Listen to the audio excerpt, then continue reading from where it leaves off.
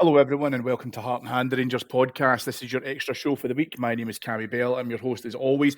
And joining me on what is going to be a really, really enjoyable show this week, thanks to a 6-0 win against Kilmarnock at Ibrox on Wednesday night, is my very good friend and fresh from the AGM that happened earlier on this afternoon, Colin McMillan. Colin, how are you? I'm good, Cam. I'm recording a podcast with you for the second day in a row. It doesn't get much better than that. Yeah, we did the car pod last night, and I'll be honest with you, it was a little bit of silliness. It was just so nice to be happy after coming out of Ibrox.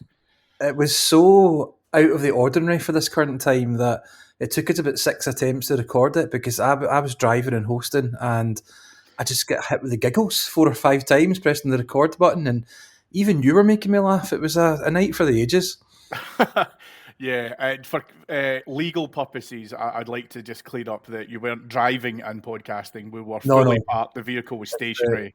Yeah, so, it's I don't want you to get into any hot water over it. Colin, let's jump right into it because we do have a fair bit to cover this week. As I say, we've got the game last night against Kilmarnock. We've got the AGM, which happened earlier on this afternoon. And we've got to look forward to Ross County on Sunday as well. Colin, I'm going to be honest with you. Anyone who wasn't at Ibrox last night because of the weather, going into the ground, I could kind of understand that I was questioning my own decisions at that point. I'll never not go, but sometimes when you go along and it is absolutely peeing down with rain, you're soaked through, it's a bit cold and miserable, you do think to yourself, oh, can I be bothered with this? But Rangers came up, I think it's fair to say, with the perfect answer. Oh, they absolutely did, yeah. I left for the game yesterday from my parents' house. I actually said as I was leaving, you enjoy watching the game on the TV tonight, won't you? Because I just had that idea in my head already about what kind of night it was going to be. But yeah, how wrong was I? I remember watching the game last night and first half felt not great, lucky or happy to get the goal, I guess. But looking back, we were in control pretty much that whole first half. They had no opportunities, no real attacking bite whatsoever. And then in the second half, we just took the handbrake off and it was goal, goal, goal. It was just a really enjoyable night. Dare I say it, the 4th of December it was, and it's probably the most fun we've had all season. Certainly domestically. I would totally agree with that. Yeah, I think it's our best domestic win and performance of the season, and it's important to differentiate between those two because, you know, we've done plenty of shows together across the course of this season, Colin, where we've had a win, and I will always add the tagline of the win is the most important thing. Of course, the 3 points are everything. However, the performances haven't been great. But last night, we were able to get, both. I thought we set out with a strong team. I was interested to see how he would approach this game based on a very good performance by Hagi in Perth. I thought he was pretty solid. Danilo is obviously back onto the scene now and available for selection. We'll talk a little bit more about the next couple of weeks as well and what that will mean for the lineups because we are going to have to see changes due to European selections, etc. I didn't think, if I'm going to be honest with you, my heart of hearts, he would have dropped Connor Barron. I didn't think he would have started both Danilo and Egeman. I'm also going to throw Yanis Hagi in there, but that front four completed with Vlavklav Cherny, for me, playing against a Derek McInnes team, and it's not, just to also probably put some context into that, this is not the best Derek McInnes Kilmarnock team that we've ever seen, Colin, I think it's fair to say. They're not on a great run. However, he does understand our style. He has been able to get joy from us before. And I had said in the build-up to this, I thought he might come and he might be quite pragmatic. And he was. Kilmarnock were looking just to try and hit us in the break, which, as you rightly said, they never really got an opportunity to do. But they were undone, as far as I'm concerned, by two key things. The first and most important one was the fluidity of the front four. They were constantly moving, been able to lay off the ball, been able to pass it within tight quarters, and we stood up to the kind of more physical element of the game. There was a couple of pretty tasty challenges that were put in against some of our players last night, and that wasn't just contained to the fouls that weren't given. And I thought Rangers stood up really, really well to that, where in comparison to what we have seen across the course of this season, We've looked a bit static. We've not stood up to that physical element of it. We really just unlocked, as far as I'm concerned, the Kilmarnock game plan. And I thought, the first 10, 15 minutes or so, I thought we started pretty brightly. Yeah, we definitely did. Yeah, we were all over the possession. I think we had 3 or 4 shots and 3 corners in that first 15 minutes, which shows you just how much the game was ours. The Kilmarnock is not the best Kilmarnock side I've seen in a while. They're really not. But you know what? We're far from the best Rangers team I've seen for quite some time. So I don't want to take too much away from us. It's just one game domestically that we've really performed in, but it's something to try and build on, and it's like a marker, isn't it, as to what the manager can do and what he can get his team to do. But yeah, you're right to call out the front four. The difference was staggering. Just having players that are strong, able to hold guys off a little bit, guys that are moving, guys that are able to do little passes, little 1-2s. And with Hagi, you've got somebody that's just got that little bit of vision, that ability to do something different that we don't really have anywhere else in the squad. Hagi hasn't come in, Cammy, in my opinion, and been like the next Brian Laudrup or anything like that. He's not that good, but he is good compared to what we've been watching this season. I think he's got 4 assists or 3 assists in his last 4 matches. He's trying things that other guys either don't want to try or haven't been able to do. He's got confidence, he's got ability, and it just seems to be the players, particularly the forward players, Cammy, have got more confidence in themselves now. I think they believe in what they're doing a little bit more. They don't think they're potentially just lumping the ball up to a lost cause or something that's not going to happen 99 times out of 100, which we kind of saw when we were just playing Cyril up there on his own. It's been great to see. I really, really like the start of this relationship between Hamza and Danilo. Obviously, I think last night it wasn't a standard 2 up front. One of them was kind of playing off to the left but coming in. But what I liked was the fact that it wasn't just one of them stuck out left. They kind of interchanged a fair bit. They were both coming from the side. They were both then moved in at the middle. They were working as a 2, which is unbelievable. It's something we don't see. So yeah, everything looked good in those first 15, 20 minutes. We were all over them. It died down a little bit after that until we got the goal, I thought. But then second half, it was just full steam ahead. Yeah, and you mentioned a couple of points there as well, and one that I want to add on as well. But I agree with you about Yanis Hagi. I was very, very frustrated, as I'm sure a lot of our listeners were, regarding the contractual situation at the beginning of the season. Now, again, I'll caveat some of that with saying that you're completely correct. I don't think Yanis Hagi is a world beater, right? If he was, he probably wouldn't be playing at Rangers. It's not down to Yanis Hagi, because I have seen some commentary around this that if that had been sorted earlier, our current league position would be different. I don't agree with that. No. Because we've had too many other systemic failures across parts of the team, which were not on display last night, because, as you rightly said, there was plenty of movement on and off the ball. The Hagi cross for me is just absolutely sublime. He's been involved in a number of our goals across the course of the last 2 games. But the cross in to break the deadlock and give James Tavernier the opener was just absolutely fantastic. And I had the opportunity to watch the game back earlier on today, just to probably do a bit of a kind of review of the goals, if I'm being honest, because maybe there's a little bit of scepticism in me to say, was that because Kilmarnock maybe gave us a little bit too much space, or they didn't close the man? There was none of it. There was absolutely none of it for any of the goals, as far as I'm concerned, because the ball in from Yanis Hagi to James Tavernier is inch perfect. And Tavernier, and this was the point I also wanted to mention, he is obviously part of the team at the moment. Casemiro is injured. We don't think we'll see him again this season. And Dijon Sterling has obviously picked up a trapped nerve, so he's seen that through. Tavernier has come back into the team. I thought he was back to a better version of himself. I wouldn't say the best, but a better version of himself in Perth on Sunday. And last night, I made mention to you in the car pod after the game, Colin, I just felt as if he looked like he wasn't carrying so much baggage. He wasn't cutting a frustrated figure, as we have seen from him so far this season. He was positive and he was bright. He was moving forward with a decent bit of pace. And if you watch that opener again, Colin, Tavernier has got his hands up. It felt like 10 minutes before Yanis Hagi puts the ball in. But Hagi looks up and he sees him, and Tavernier makes a great run There was a VAR review for that goal. I have no idea why, because I think at least 2 Kilmarnock players were playing him onside, but hey, it's Scotland. But I'm pleased to see James Tavernier coming back into it. I don't think it changes the optic on him in terms of what we've done across the course of this season and what we've had from him. However, it's just great to be able to see him recover a little bit of form, because right now we need him to do that. Yeah, listen, nobody took delight in Tav being so much off the boil this season and not performing well, because we've all got wonderful, happy memories of Tav and what he's done for 8 years or so before this season.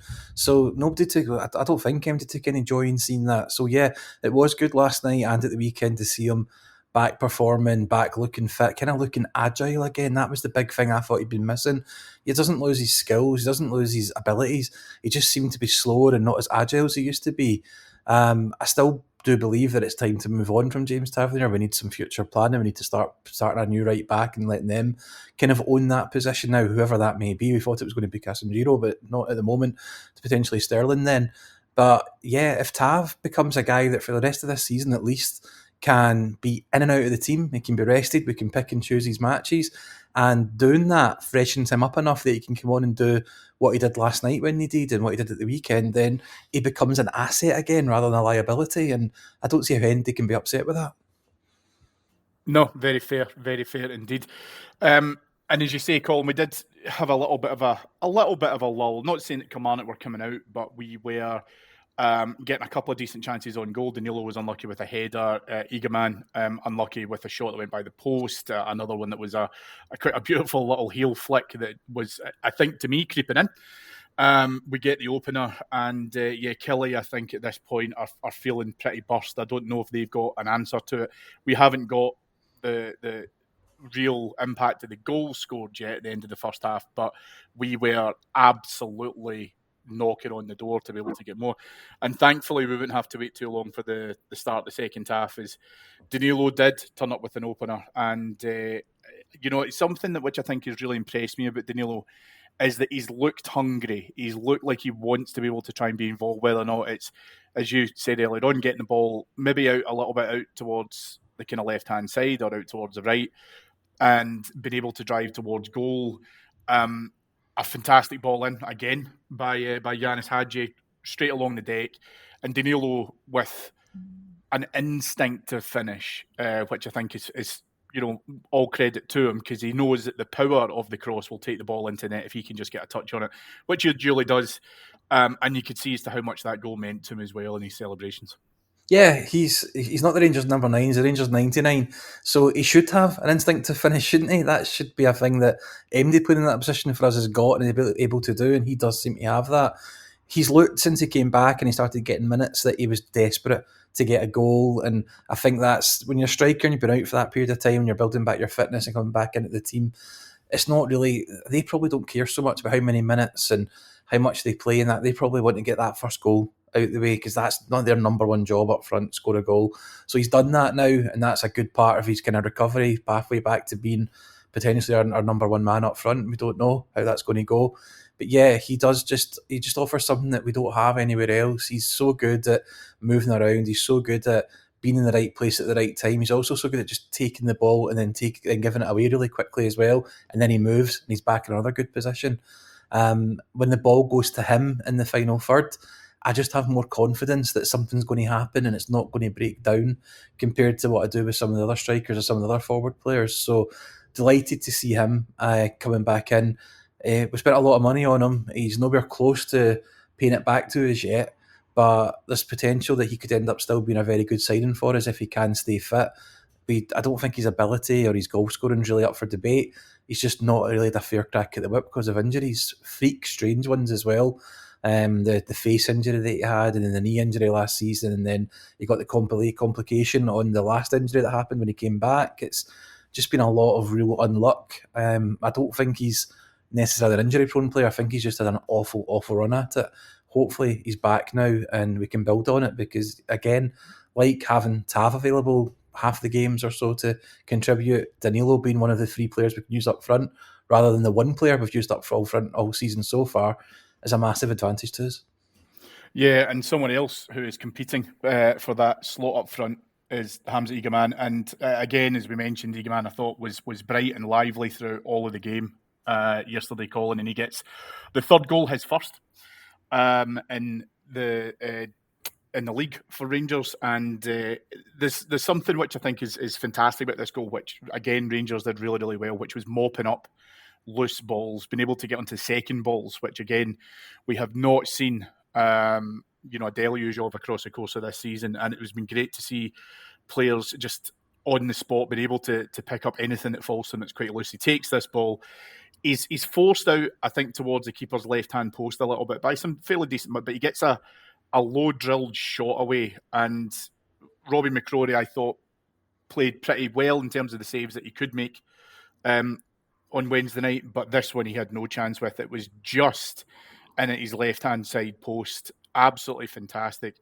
And I made mention to the guys that I sit next to at Ibrox that Danilo deserved his goal because of his work rate. Egaman was another one, and it was brilliant to be able to see him get this finish because, again, he was absolutely delighted with it.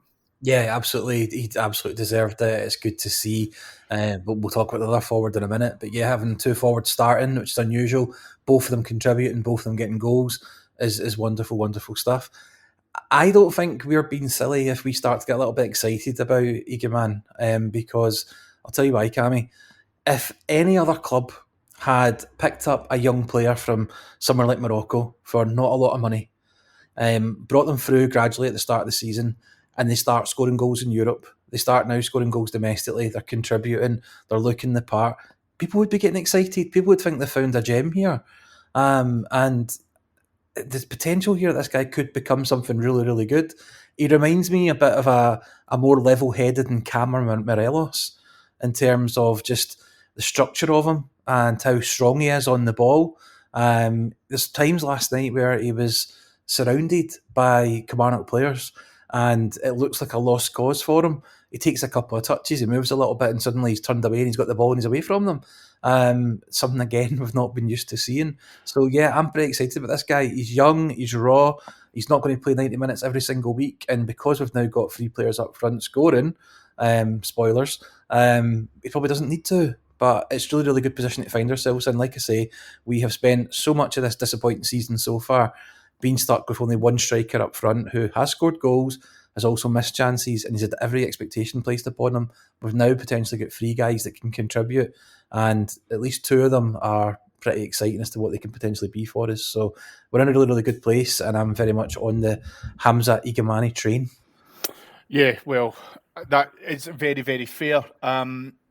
I agree with the Morelos comparison. It sounds a bit wild given how much we've seen of him so far, but there's definitely some real echoes there. There was one shot he got away in the first half, Colin. I don't know if you'll remember it, but he's got two Kilmarnock players around him and he takes a touch inside to his right, creates a space, and he was very, very unlucky not to curl it into the top right-hand corner. And it was fantastic. And yeah, I think that the comparisons are fair, but Alfie, no pun intended, has got big shoes to fill. So if we could get another Alfredo Morelos like that, then grand. I need Egaman to shave his tash. I can't take to it. But I'm not slating men with facial hair, but shave the tash. Yeah. And if he does become like Morelos, let's sell him at the right time. Vlatko Černý got on to the score sheet as well, Colin. Again, I thought a really strong display from Černý last night. Doing a lot of work which involved him being able to get to the byline. Again, something else that I think that we've been crying out for. You're not going to get all the joy that you necessarily want when you're hitting a ball into a packed box. But he was looking to be able to try and do that. And the real credit for this goal, aside from a lovely finish by Černý, and it is a lovely finish because he has got no room within which to operate, but he gets a low shot past McCrory, maybe a little bit unsighted because of the bodies in front of him, but irrespective, still a great finish. But the real credit for this goal has to go to Nico, Terry Butcher, Richard Goff, Dado Purcell, Raskin, who had to get bandaged up last night after a little bit of a naughty one, I think, that gave him a bit of a gash in his head.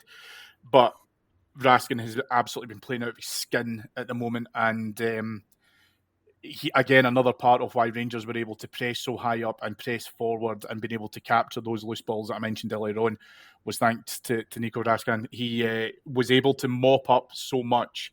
But this one was slightly different because on the left-hand side of the box, he literally dances his way through 5 Kilmarnock players.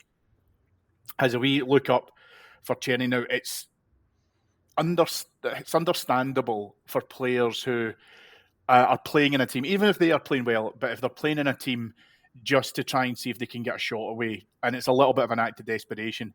Raskin doesn't do this. What he does is he just looks up and he sees Cherny in space, literally about maybe 2 yards away from him, puts him in with a lovely little ball. Cherny takes a touch and then, as I say, gets the shot away and it goes. We've really hit a run of form with Nico Raskin at the moment. Heart and hands on Nico Raskin, by the way, just telling you folks.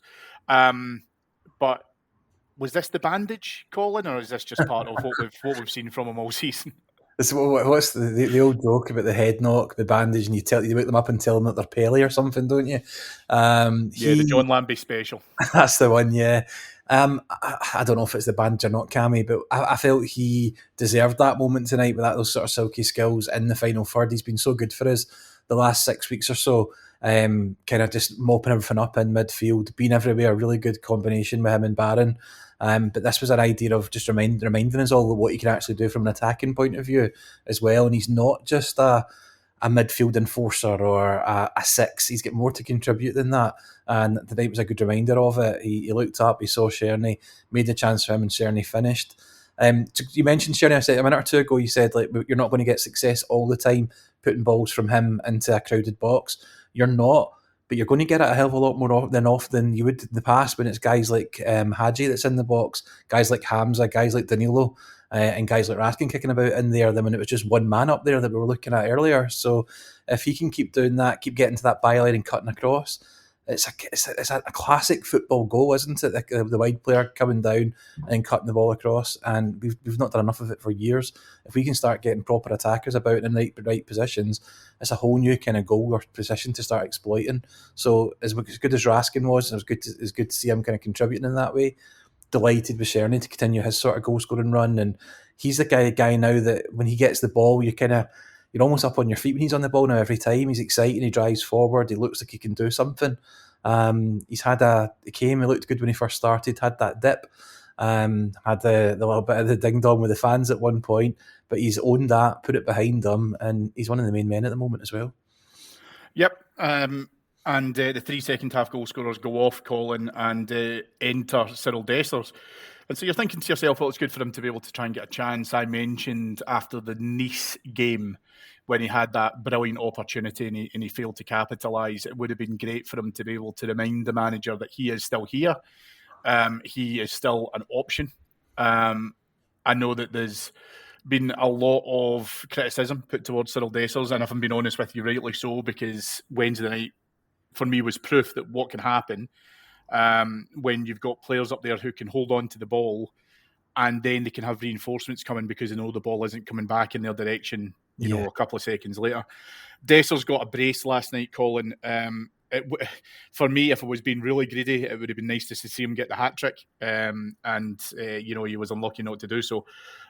His first goal, a great run by Jeffy on the left-hand side, puts in a fantastic cross. Again, for some reason, reviewed by VAR. No idea why, but, again, hey, it's Scotland.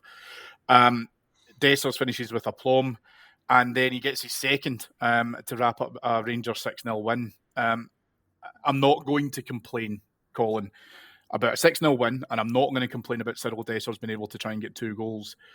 But I will be honest with you, I think that people are now even more convinced about looking ahead, specifically to the League Cup final, who should be playing and who shouldn't. But a nice moment for Dessers. I'm going to touch on the human element, I think, a little bit for that, because, strikers want to be on, they want to be able to score goals.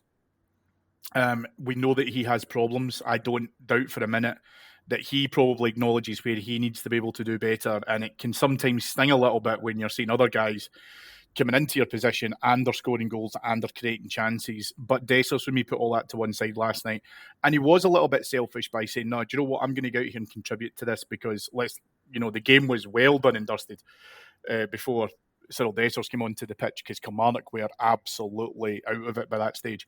But he still had to be able to create these opportunities, and it's just nice to be able to see him get a couple of goals, but they weren't critical goals, if that makes sense. Yeah, absolutely. They weren't the key ones because the game was already done. But listen, I think we know now that Cyril probably is third choice in terms of playing up front. If we're only going to play one, it's never going to be him first now. I don't think we've got the other options. But that doesn't mean you just forget about him when he sits in the cold. You want to have that guy on the bench available to come on, and you want him to be on that bench feeling confident that he can come on and he can score and he can contribute. And that's what happens when he comes on last night. He gets those 2 goals. He makes you not forget about him. It makes you... Now, when I think about Cyril Dessers, I'm going to remember the 2 goals from last night rather than all the misses I've seen him doing the last couple of weeks. That's my fresh memory of him. And when he sat on the bench, he becomes a more realistic option after 60 minutes if we want to switch things up, or if we're not in such a good position as we were last night and we're chasing it. A confident Cyril Dessers who's fresh when the other team's a little bit more tired becomes a really good option to come off the bench at that point in a match as well. So it's really, really good that we've got 3 strikers now that have all scored in their last game. Dessers has scored 2, and that's the sort of competition and the sort of competitiveness that you want in that area of the pitch. Like I said earlier, I've said twice now, we've struggled all season by only having that one option up front, and when it worked, great. Cyril's done well. He scored a fair few goals this season and last season, but when it doesn't work at all because he's not great at the non-scoring side of his game. He's not so good at the hold-up stuff. He's not so good at bringing other people into it, which is with the other 2 strikers, I think, take advantage. So in terms of just having him as an option, it's great. And if nothing else, it puts him in the shop window for January or the summer if we do decide to cash in on him and try and improve in that area. Him sitting doing nothing out the team now doesn't help anybody. Yep, very fair, very fair. So a comprehensive win for Rangers against Kilmarnock. We'll talk, actually, just staying on that theme, because let's talk a little bit about Ross County, Colin, because one of the things that we've spoken about after Nice was a great win, a fantastic performance, but we had to be able to try and maintain that and look towards initially St Johnstone and latterly Kilmarnock about being able to try and maintain that run and just keep those kind of levels going as well. Ross County on Sunday, I think, will be an interesting prospect because as it's a smaller park, you don't have a lot of room to manoeuvre in certain parts of it, but that's not an excuse.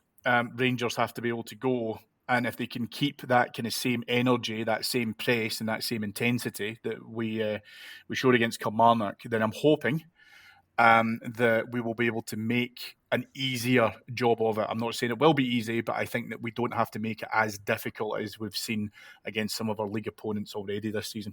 Yeah, absolutely. If we can go and do what we did last Sunday after that difficult game, or on paper difficult game on Thursday away in Europe, then we should be more than happy to go away this Sunday after a great result last night on Wednesday, fresh, full of confidence, full of ability, and full belief that we can go and knock another 6 goals past Ross County. We've beat them by 6 goals already this season, so different kettle of fish away from home on a Sunday, it always is. But yeah, we go into it with confidence.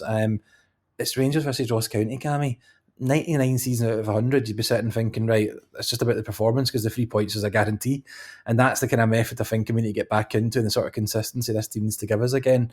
There's absolutely no reasons why they shouldn't go into this game expecting to score a good few goals, another decent performance, because, to put it bluntly, there's 2 massive, massive games coming up over the hill beyond that Ross County game that they're not only massively important games, they're also glamorous games that I think every player in that squad will want to be a part of. So I'd be expecting to see some people bursting their gut on Sunday to get themselves in the plans for Tottenham, and if not for Tottenham, for the cup final. Yeah, and that's something that I'd made mention on our roundtable show on the Patreon site. Was the Spurs game's almost a little bit of a pain in the arse in terms of when it comes around, because we'll obviously, for selection purposes, have to make changes. But I am hoping that the team, as best he possibly can, that he plays against Ross County will likely be the one that plays in the League Cup final. Yeah. There are obvious exceptions to that. I think that James Tavernier will start against Ross County on Sunday. I do not want him to start in the League Cup final against Celtic. I do appreciate he's on an upturn in performance, understand that. But Celtic have had a lot of joy from James Tavernier in recent games, and maybe it just comes slightly too early for him. How we accommodate Sterling back into the next couple of games will be interesting, depending on fitness. But as things stand right now, I think that we can piece together a team against Ross County that should be able to go out there and do the business without any kind of major issues. Spurs will be a different kettle of fish. If we could take anything from the Spurs game, it's a bonus. And I hate to be blasé about it, Colin, but right now I'm just seeing Spurs as a bit of a free hit. If I'm being completely honest with you, Yeah, big team. But listen, as I say, right now everybody will be looking towards a week on Sunday. no, they are, and rightly so. It's a bit of a free hit in terms of it's Spurs. It's a big match. They've got players that are worth multiples of what our players are worth. On paper, Spurs should beat us, but it's a Thursday night. It's at Ibrox. Magic things happen, and you just don't know. The other thing about the Spurs game being a free hit, though, is it's a bit more of a free hit because of how well we've done in our previous European games. We've got ourselves in a fantastic position in that tournament. We've still got 3 games to go, 2 big ones, one much better, much more likely to get points from. So it's not so much that we have to throw all our eggs in that Spurs basket anyway. If we don't get a result against Spurs, we're still going to qualify. We might not get to the top 8. We're going to be in that top 16 anyway. So in that way, the pressure's kind of off going into the 2 massive games against Spurs and Man United in terms of that group. So that's on the players' credit. We can't really knock what they've done European-wise as much as we're unhappy how it's been domestically. So Spurs is not the priority. It'll be a good night. I'm looking forward to it. You never know what's going to happen, like I say, on a Thursday night in that competition with Rangers. But yeah, Sunday and then the cup final, the 2 more important games. Yeah, absolutely. But we do have to make sure that we get the 3 points against Ross County. I'm hoping that this is Aberdeen's bubble now completely burst and we can start moving back into second place and look to be able to ideally maintain a little bit of a challenge against Celtic. And we're only going to be able to do that by winning games, because right now I don't think that there's going to be too much that Brendan Rodgers will do in terms of taking his eye off the ball, unfortunately. But that's down to us. We need to be able to make sure that we maintain that pressure on them. Yeah, absolutely. Colin, you were at the annual general meeting earlier on this afternoon. You were doing your kind of live reporting piece on behalf of Heart and Hand, and I will say, doing an excellent job, and I will thank you on behalf of all of the listeners who heard it on our daily update earlier on, and obviously all of the guys following you on social media. I know you love every single one of them. How did it go for you this afternoon? Any key takeaways, highlights, anything like that? Give me a wee bit of a rundown for it. Yeah, so for full rundown, please do check out the daily update. If you've not subscribed to the Patreon network yet, then why not? That's where you get all the good stuff like that. But the big news to come out of it really was this new board structure that we're going to have that was announced today. Basically, the interim chairman, John Gilligan, announced that the directors of the club have reviewed the governance of the company. And in light of that, they're going to restructure the board and refresh how they do things. To kind of simplify it, they mentioned that the current board is completely made up of investors who have invested over the last 10 years and put quite a bit of money into the club. Putting their money into the club is why they're on the board, and it's why they sit there.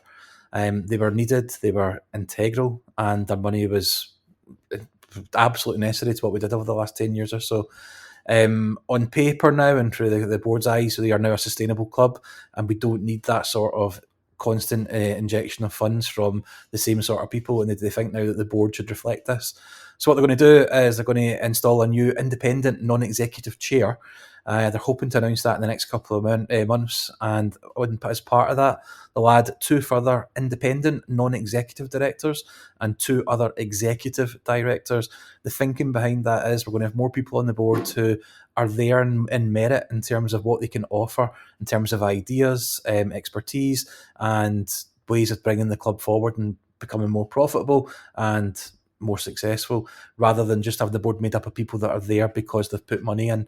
You're going to have people there because they've done that, but you're also going to have people there that are actually going to add a little bit more value to the executive side of things and the football side of things and the financial side of things that way, other than just get into their pockets. With the AGMs every year, half of the board seek re-election, and the following year, the other half seek re-election. The guys that were up for re-election this year have chosen to only be elected for 1 year, with the idea being that by the time next year's AGM comes around, we'll have the full new board in place, and every member will be up for re-election at that point, and there'll be an opportunity to either vote in or remove any of the other people that are on the board, and it'll be a kind of whole new clean slate of people that are in merit, people there that are wanted to be there, and people that are there doing a good job, hopefully. So that's a big change for us, Cammy, but I think it's a welcome one, and one that's very, very much required. Yeah, I was very interested to read about that from your feed earlier on as it was kind of happening, because it's interesting from a perspective that I think that there was potentially a few mea culpas from the board today. One was where there was maybe some stagnation in terms of the board circumstances, but again, that comes from, as you rightly said, people who have put investment into the club, and there needs to be, for those in terms of functioning members, there has to be, I suppose, fundamentally a critique of what they have done, because as it was mentioned also in the AGM, where we've got some real disappointments in terms of, player trading model right now, as far as I'm concerned, really genuinely doesn't exist. The training academy is not fit for purpose. Niles Coppin came out himself and said, it is not doing what it needs to do. And then obviously, Colin, I think the headline piece, I think, from all of our pals in the media was the funds garnered for the players who had left the club. The club had obviously made a kind of presentation piece around the average wage bill from last year to this year, the average age of the squad. Both of those have went in the right direction, I think it's fair to say.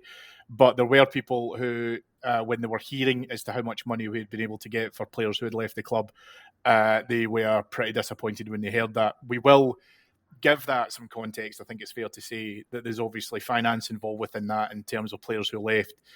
And, any money that we've had to, I suppose, to cause and effect, ultimately surrender in order to help get them off of our wage bill, it's trying to recover from poor previous transactions. And we're still in a little bit of the ripple effect of some horrendous purchases across the course of the last 2 to 3 seasons, if not slightly longer. Yeah, there was a fair bit of attention paid to the player trading model today. I think rightly so, because they understand that getting that right is really the only way we can make money as a football club. We're not going to make it a media contracts.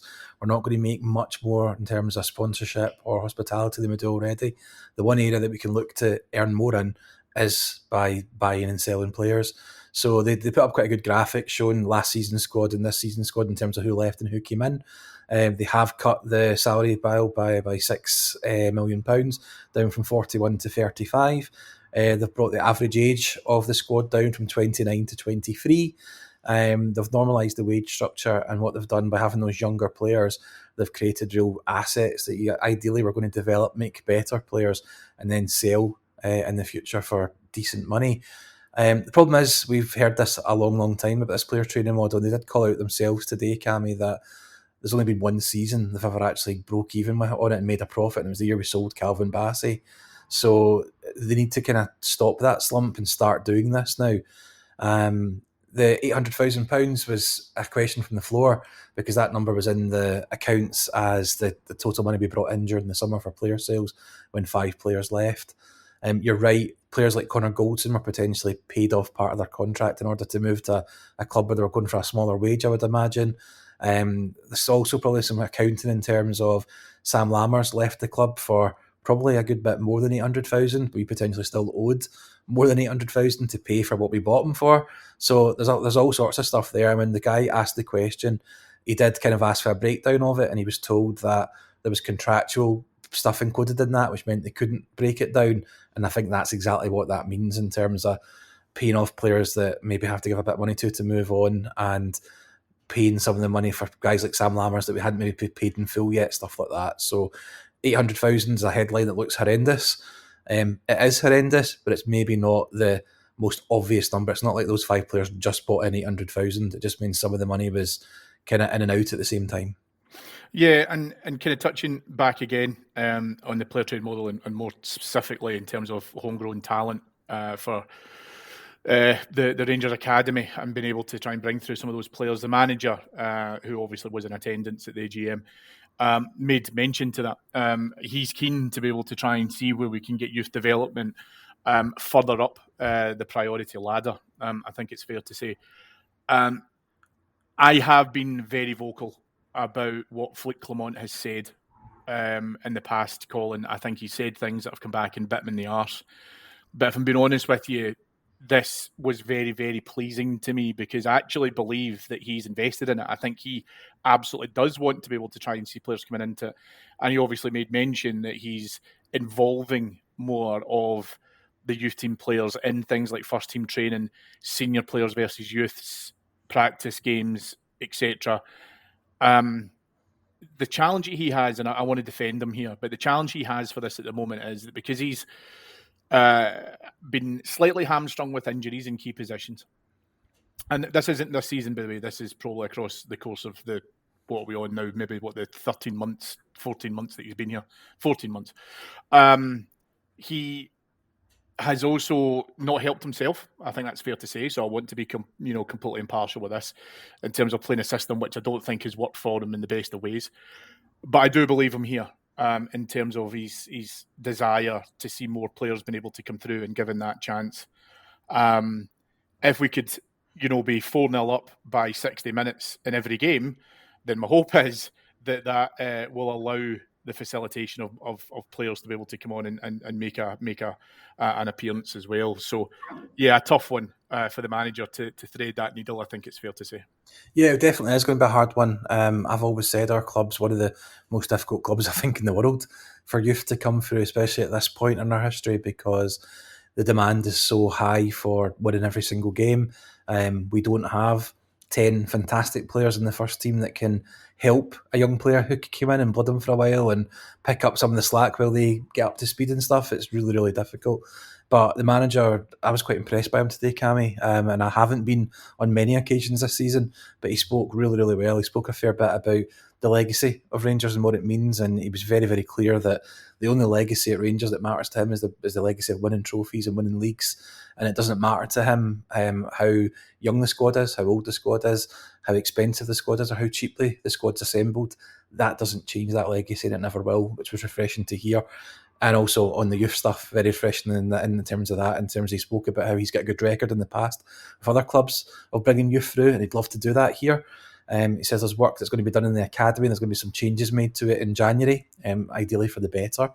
But he did admit that the current crop of players that are in the academy just now are not at the bar yet for coming into the first team. He actually said there's a good bit of a gap between where they are and where they need to be, and he's doing those things that you mentioned in terms of a lot more of the youngsters coming in and training with the first team versus youth team friendlies, mixing up friendlies and stuff like that as well. They're doing in training, lots of that sort of stuff. The other big thing that he wants to do, and he seems very passionate about, is looking at some sort of satellite club where we find a way of having our young team or our young players in some way or another playing in the lower leagues in Scotland, but not as lower league as the old B team used to. He says that's the way to do it. That's the way you get these players experience and how you get them to develop. The problem is that the rest of the country don't agree with us on it, and it looks like there's some conversation behind the scenes and some, not infighting, but some battles to be done around that, I think, because as far as we can see it, it's beneficial to us and also beneficial to Scotland as a whole in terms of bringing more young Scottish players through and making them professionals and making them good players.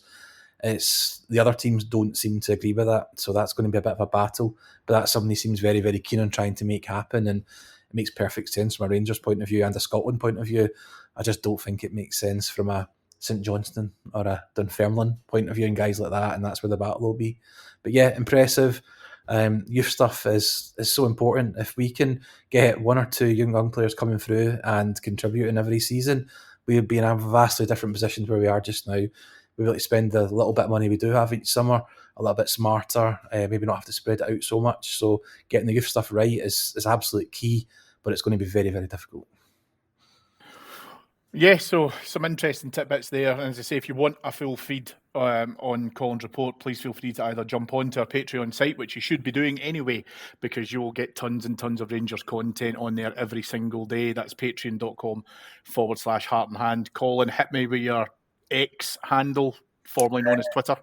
Yeah, get me on there. It's at Colin, ATCOLIN. I'm on there. I'm also on the new Blue Sky as well, just the same, ATCOLIN. And you'll see the full sort of AGM coverage there, some of the slides, and kind of just the live sort of feed as it was going on. You kids and your social media. Right, okay, well, listen, that will do us for this week. David will be back on Flagship on Monday to unpack, hopefully, another strong performance and win against Ross County. Thank you to Mike Lee and Paul Myers. Thank you to our show sponsors, NordVPN. Thank you to you all for listening. And most importantly for me, thank you so much to my very good friend, Colin McMillan, for coming on today. I appreciate your time, buddy. You've worked your wee socks off today, mate. You've earned your wages. Oh, absolute pleasure, mate. Thank you. We'll speak to you all again next week, folks. Thanks so much for your time. Bye-bye.